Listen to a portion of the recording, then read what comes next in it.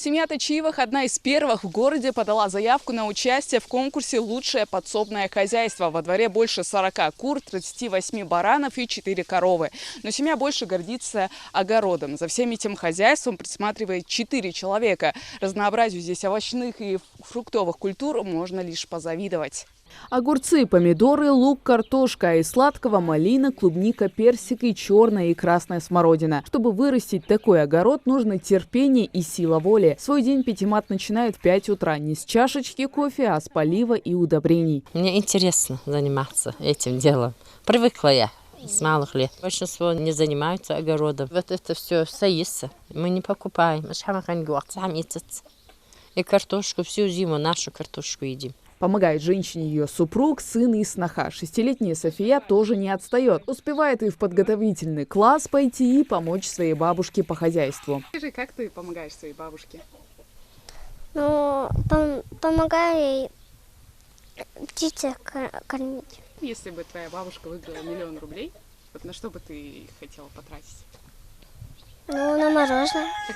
В семье Калоевых наряду с хозяйственностью акцентирует внимание и на эстетику. Мать семейства трепетно ухаживает за розами и кустарниками. Супруг всячески поддерживает ее стремление. Сделал вручную ограждение из орешника. До замужества у Аси был опыт в сфере садоводства. Ее родители занимаются продажей растений. Да и с мужем их сблизила общность интересов. Я люблю вот это придумывать, покупать, заносить все и думать, куда бы что посадить, чтобы вот у меня мои нервные клетки сразу же.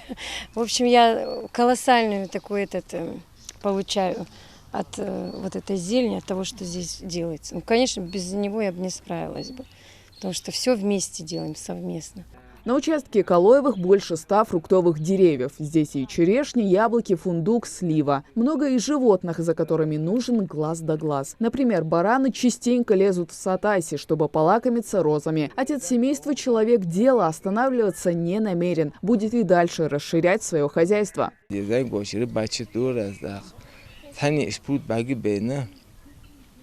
Пудом бар 5 на 5 метров глубина будет. Хода хитасну делала, ухо сделал, самотик медиа, почему не будет, не сделать. Думаю, ручно там уголку копать. Ах, хидес, чарлюби, чарчихит. А фучарбас? Диар, зеркальный кап, амур. По всей Сунже всего 6 заявителей на конкурс «Лучшее подсобное хозяйство». Он разделен на 2 этапа. Первый продлили до 2 июля, чтобы у желающих было больше времени отправить заполненную анкету в местную администрацию. Первый этап конкурса проходит на территории, то есть муниципалитета. Первый этап отбор идет у нас. Отбор связан с тем, что насколько у вас территория, какая территория, сколько разновидностей в огороде растут, там посажены, количество собранных урожаев за прошлый год и за нынешний. На втором этапе пройдет оценка участников экспертами. Победители конкурса получат заветные 1 000 000 рублей и дипломы от Минсельхоза Республики. Хава Газикова, Асхаб Белакиев. Новости 24.